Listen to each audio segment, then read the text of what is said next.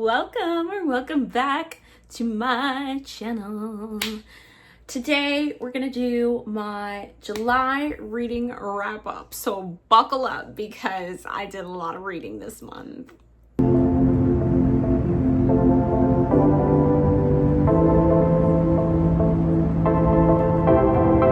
So this is my reading journal for July. I wanted it to look like you were inside like some kind of cabin, and then you open the doors and you're going outside into the beach.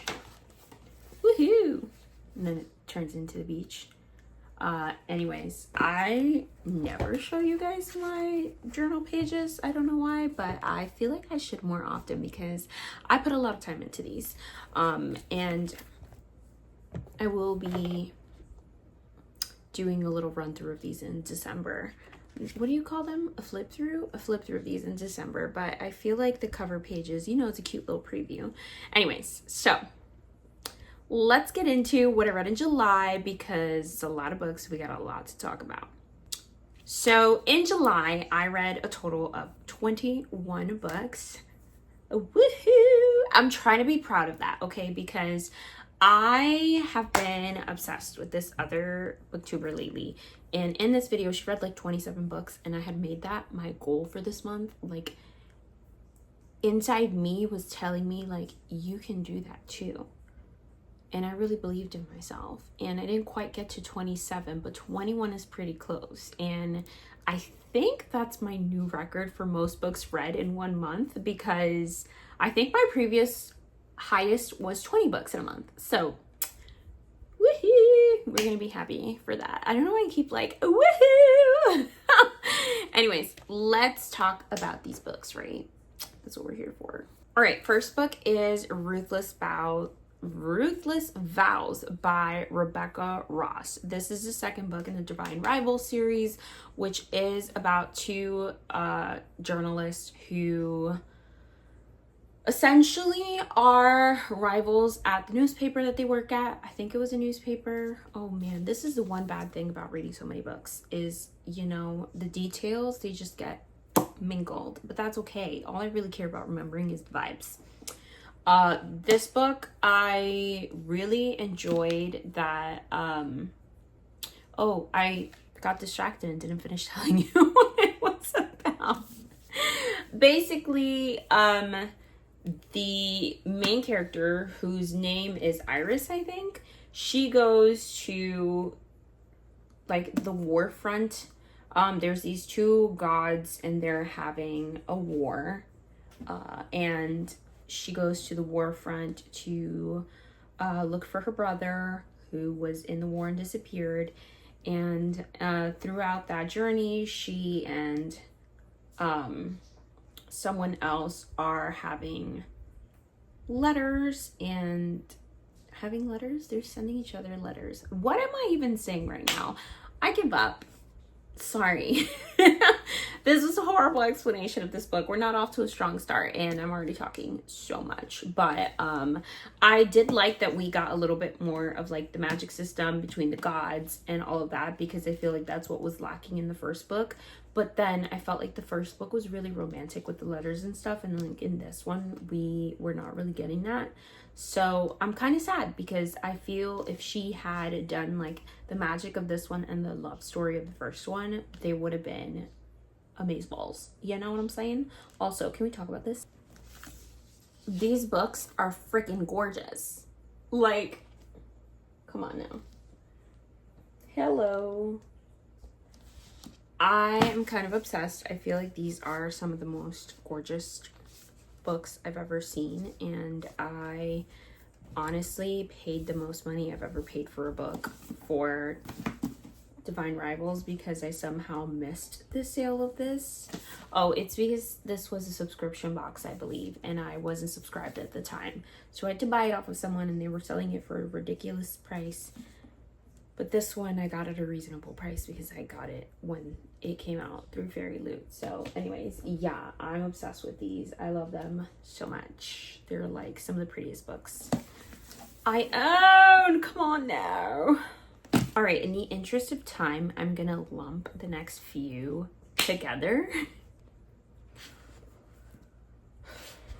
All right, so basically what I did this month was I went on a binge of Christina Lauren books because I was obsessed with In a Holidays, and then I was obsessed with The Unhoneymooners, and then I read The True Love Experiment, and that book was kind of good. I gave it 4 stars. I don't think I enjoyed that one as much as I enjoyed the other two, but I started to realize that I was really enjoying Christina Lauren, so I kind of went on a mission to read all their backlist. So I got through 1, 2, 3, 4, 5, 6, 7 of them, and in this order. I mean, there were other books in between, but anyways, okay, so first I read Love in Other Words, and this was at the beginning of the month, so I don't even remember, to be honest, what this book is about at all, but I do remember being kind of underwhelmed, which makes me sad because I had heard such good things about this, and then I didn't like quite find it as romantic as I thought I would, but that's okay, I guess. Then I read My Favorite Half Nightstand, and this is, I think, about a girl who has a half nightstand. Millie, she's a professor. She has a half nightstand with her friend Reed, who's also a professor. Honestly, basically all of these like friends decide to go on a mission to like online date and find someone to go to some like graduation party with them or something at the university that they work at. And she kind of bamboozles her friend by, after having a half nightstand with him, making an online profile and pretending to be someone else that she's not. And they kind of fall for each other. And I did not enjoy this book at all. Like, I feel like they had something going. Like, Christina Lauren does this really good thing where they have like the quirky main characters, and the main character of this one was like totally obsessed with like true crime and stuff. And I feel like they could have done a lot with that, and there could have been a lot of jokes, but there weren't. And I kind of found this underwhelming. Also, I kind of forgot to tell you like star ratings, but I gave Love in Other Words 3 stars. I gave My Favorite Half Nightstand 2 stars, so didn't really enjoy this one. I did, however, enjoy Josh and Hazel's Guide to Not Dating, which is honestly probably one of my favorite Christina Lauren books. In this one, they really did the quirky main character really well. I just kind of hated the spice. I always hate spice. I don't know. Like, the book has to be super phenomenal for the spice not to deter me from taking a whole entire star out of the book, because I just... Okay, then I read Roomies. This one is about some people that work on like Broadway or something like that. So this girl sees this musician in the train and she's kind of obsessed with him, and then he interviews or something to work, not interviews, auditions to work where she works. And also kind of didn't really enjoy this one. I started to kind of get a little bit worried that this wasn't gonna go great. I think I gave this 2.5 stars, but then I did read Dating You, Hating You. I ended up giving this one like 3.5 stars. This one is about Carter and Evie, who meet at a Halloween party and their friends are trying to get them together. And then their two companies merge, and they're kind of on rival sides. I don't really know why. I guess they're not really in favor of the company merging. Oh, I know what it is. They are essentially being pitted against each other to keep their job. Like, only one of them can stay. And so they're like trying to date, but also kind of keep like bumping heads because they're fighting for their lives. At their jobs, I mean, like, not their actual lives. So, yeah.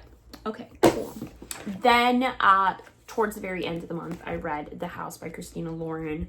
Honestly, what do I even say about this book? It was very, very different from everything else of theirs. First of all, this is a young adult, whereas all the other ones are adult fictions, which is weird because this is the one that looks adult and all the other one looked like cartoons and stuff. But this is essentially about a guy who lives in a spooky haunted house and a girl. They're both in high school and she kind of starts falling for this guy, but spooky things are happening with this haunted house that he lives in. Dun dun dun. I don't know. I feel like this could have been better if it was an adult book. You know what I mean? If there was more like spookier things able to happen. And also, I'm just like not interested in watching or reading about teenagers and spice. You know what I mean? Like, it's not like in super detail, like, but still gross. And especially that they don't know what they're doing and just like trying it out for the first time. No. Okay. Last one. This one saved it. I have so many tabs on this book. This is Tangled Up in You by Christina Lauren. That's what we're talking about. This honestly was my favorite one. I think that I gave this like 4.5 stars. This is essentially an adult modern retelling of Tangled. It's part of the Meant to Be series, which is 4 adult retellings of Disney books. So they have The Little Mermaid, Beauty and the Beast, Tangled, and Cinderella. And I plan to read all of them. Hopefully they're all just as good as this one. Especially after I read this, I watched the movie and realized how they just reimagined so many scenes from the movie into the book, but made it like super modern, and it was like totally different, but you could see where they got the inspiration from it. That just made me like the book so much more. Honestly, if it didn't take me a bit to get into it, I would probably given this 5 stars. I'm just obsessed. I don't know what to tell you. Like, I just loved Ren, who is Rapunzel. Ren's personality and how she like doesn't know what Amazon is, and how like Fitz kind of like teaches her. I kind of hate his first name though. That was a tragedy. It was kind of gross. If you know, you know. Yeah. And I like their little like adventure. And then I watched the movie and I got to sing along. And now I'll read a book, or maybe 2 or 3. Okay, I'm done. Moving on. Can't believe I've been talking for like 15 minutes and I'm like halfway through this. All right, so another author that I'll kind of lump together. I first read Carrie Soto is Back by Taylor Jenkins Reid, and I also want to read Taylor Jenkins Reid's backlist. So I also read Daisy Jones and the Six by Taylor Jenkins Reid, and I think that I am with that pretty close to finishing. Maybe. I've read The 7 Husbands of Evelyn Hugo and Malibu Rising. So that's 4 books.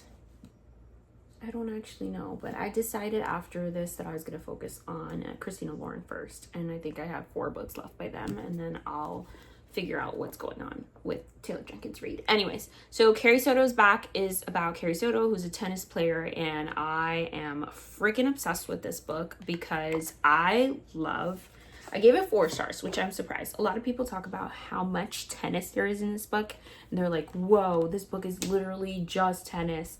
And I'm like, yeah, it really is just tennis, but I don't know how to explain it. It's just so like well written that I loved reading about tennis. I don't know how to explain that.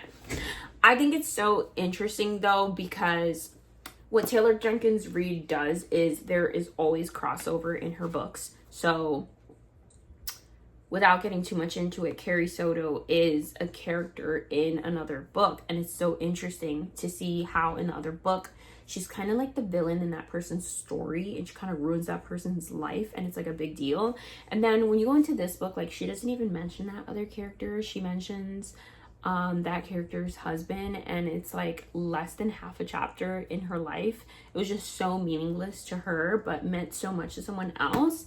It's crazy. It's a crazy. It really had me thinking, like, how big of a side character am I in someone else's life? You know what I mean? That's Loco Hot Cocoa. Also, Carrie is ruthless. I loved this book. Daisy Jones and the Six. Unpopular opinion, but I didn't like this one that much. I gave it 3 stars. This is about Daisy Jones, who's like a rising star in Los Angeles.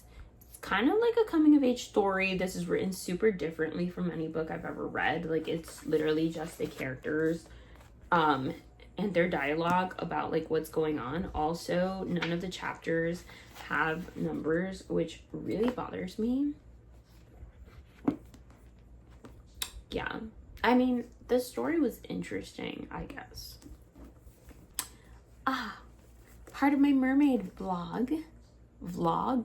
I'll link it up here, or I think it goes up here, but I read the Penguin Book of Mermaids. I give this 4 stars as well. I thought this was super interesting. There were some stories in here that I was like, why is this here? But for the most part, I just found it so interesting. So this is like a collection of like sea creature and mermaid, like just folk tales and stories from around the world. And it's so interesting to see how like there are some themes that kind of go across cultures. And also this story was like literally cuckoo bananas. I don't know how to explain it.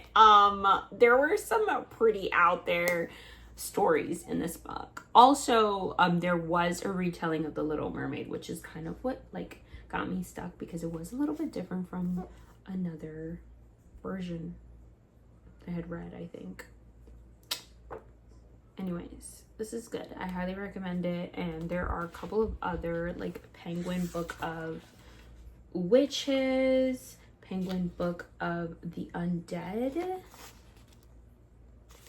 Oh, another one, the Penguin Book of HE Double Hockey Sticks. I don't think I'll read that one, but they have a couple, and that kind of makes me interested now, because I'm like curious to see what other cultures think about different things besides just mermaids. Okay, I read The Honey Witch by Sydney J. Shields. I'm like so inconsistent in this video with like author names and if I even gave a star rating. What did I think of this book? Honestly, it was fine. Most of it I was kind of bored until the end. The action kind of picked up, and that kind of saved the book for me, and I ended up giving it 3 stars. What is this book even about? Ooh, that's so pretty. Come on now. This book is gorgeous. Please. Marigold Claude preferred the company of the spirits of the meadow to any of the suitors who've tried to woo her. I can't talk today. I can't speak today. I can't read. Whatever. So when her grandmother whisks her away to the family cottage, oh my god, on the tiny isle of Innisfree, with an offer to train her as the next honey witch, she accepts immediately. But her newfound magic and independence come with a price. No one can fall in love with the honey witch. And then Lottie Burke, a grumpy skeptic who doesn't believe in magic, shows up on her doorstep. Marigold can't resist the challenge to prove to her that magic is real. But soon, Marigold begins to care for Lottie in ways she never expected. And when darker magic awakens and threatens to destroy her home, she must fight for much more than her new home, at the risk of losing her magic and her heart. I don't even know if that was a good description. I'm just gonna move on. Next, Not in Love by Ellie Hazelwood. This is a workplace rivals to lovers book about Eli and Rue. I have a whole entire vlog about this book, so I'm just not going to talk about it. Honestly, I just don't feel like talking about it. my least favorite Ali Hazelwood, and I'm sad about it. I gave this 2.5 stars. Next, a book I have not purchased yet because I want to buy the box set when I read them all. But I read Twilight, and this is by Stephenie Meyer. I gave it 3 stars. I was kind of surprised at how much I actually liked it. Again, I'm not gonna go into the description. It's a vampire book. I feel like we all know Twilight, you know, like the movies. And I watched the movies and I was shocked. I don't remember them being that bad, but they're so horrible in like this kind of entertaining way. So I'm excited to continue with the series and the books. And I was pleasantly surprised. Like, I liked the vibes of this book. They were like gloomy, young vibes. It was a time. I had a time. I read Norse Mythology by Neil Gaiman. I gave this book 3 stars. This is essentially just a collection of the stories of the Norse gods. And where are Norse gods from even? Question mark. Anyways, this is like Odin, Loki, Freya, those gods. It was kind of interesting. Kind of makes me question like people who worship these gods, because they kind of seem like silly bumbling gods. Like, they just are up to no good, especially Loki. I mean, I feel like that's the point, but maybe it's just the way that Neil Gaiman wrote it. Like, it just felt comical to me. I don't know if it was supposed to be. I'm so sorry. But it was entertaining. And I read this because I was reading A Fate Inked in Blood, which A Curse Carved in Bone was just announced and the cover came out. And I'm gonna have to go back and I've been like staring at the cover, like the old cover that came out with like this like silvery blue, shiny blue sprayed edges. Now the second one is coming out and it has like red sprayed edges, and I just feel like I have to get the matching set. Now this is making me want to go to Barnes & Noble and just go see if I can find that particular version. I have regrets about not getting it, but I just didn't know if I was going to like the book, and I did a lot. Anyways, that made me read Norse Mythology. I feel like I've been talking forever. Next, I read I Shouldn't Be Telling You This, but I'm going to anyways, by Chelsea Devantez.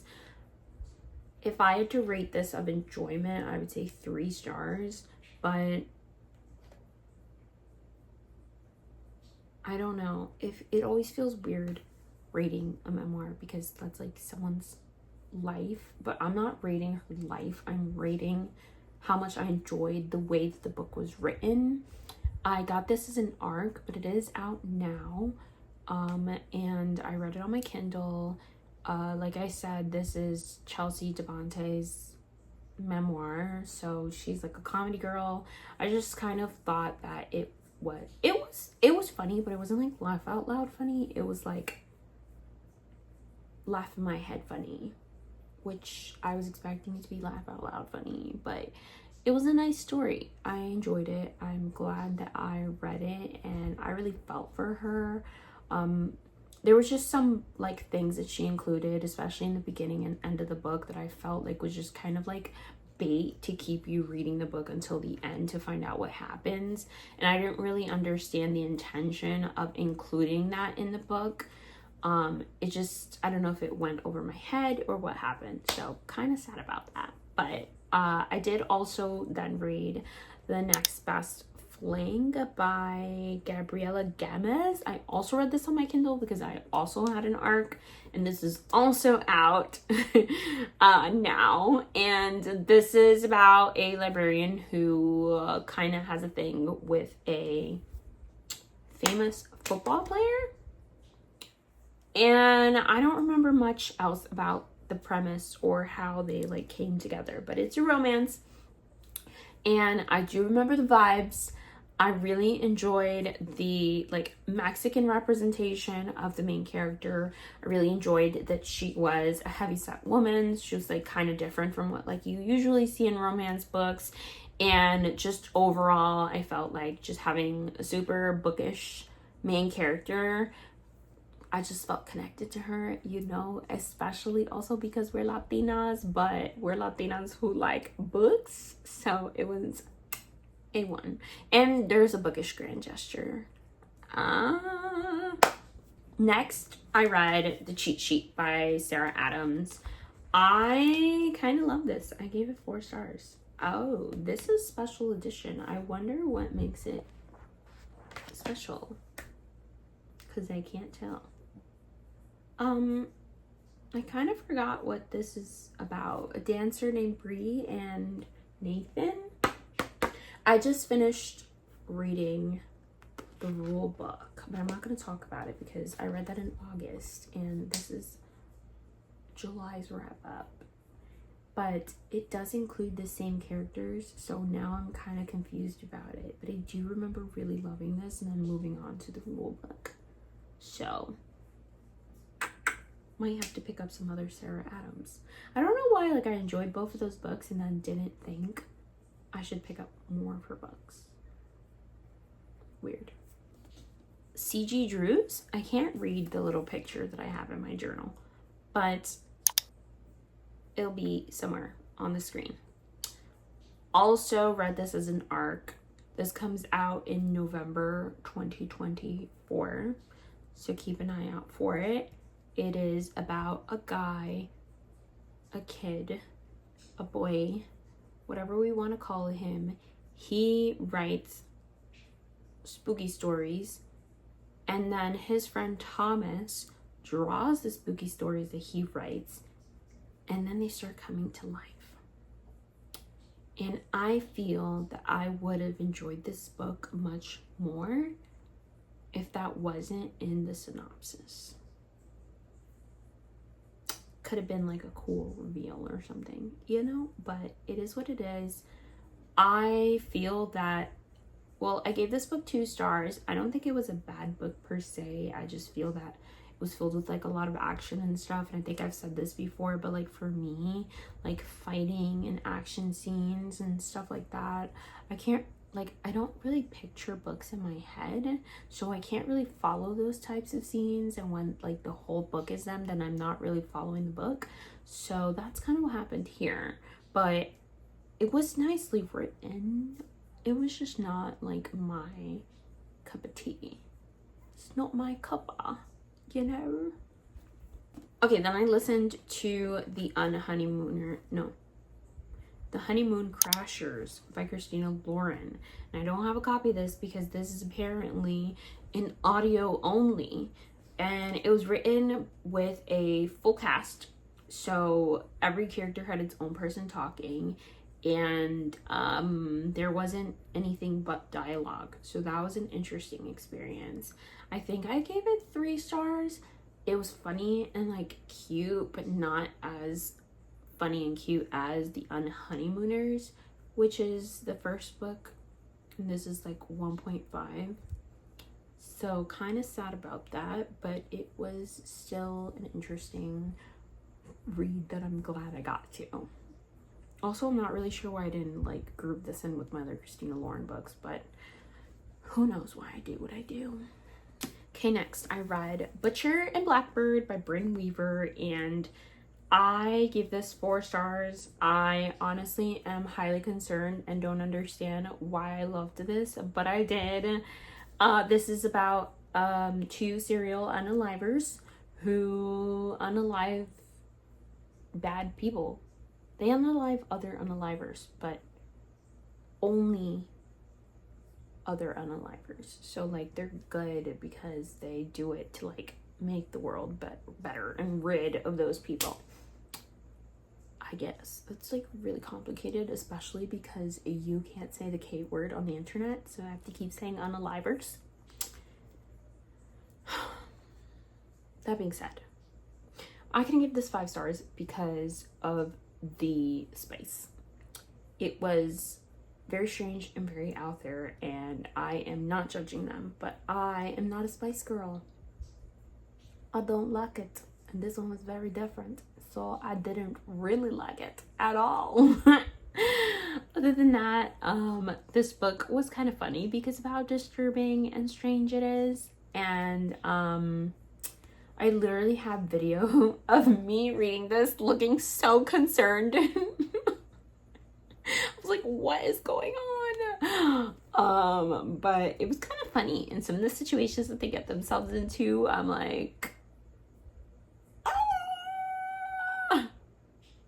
And I'm concerned that I enjoyed it. It's like the weird parts are especially like the ice cream.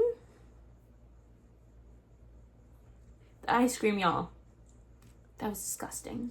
If you know, you probably wish you didn't know. Anyways, I'll be reading the other 2 books in the series. We liked it. And the last book. This is not the last book I read. The last book I read this month was Tangled Up in You, but the last book that I haven't spoken about is Filthy Rich Fae by Geneva Lee. Honestly, I don't even remember ordering this book. I probably ordered it because the cover is so pretty, and also the edges are really pretty. Honestly, the edges probably just got me, to be honest. What can I say? I'm a simple girl. I think I gave this like 2.5 stars.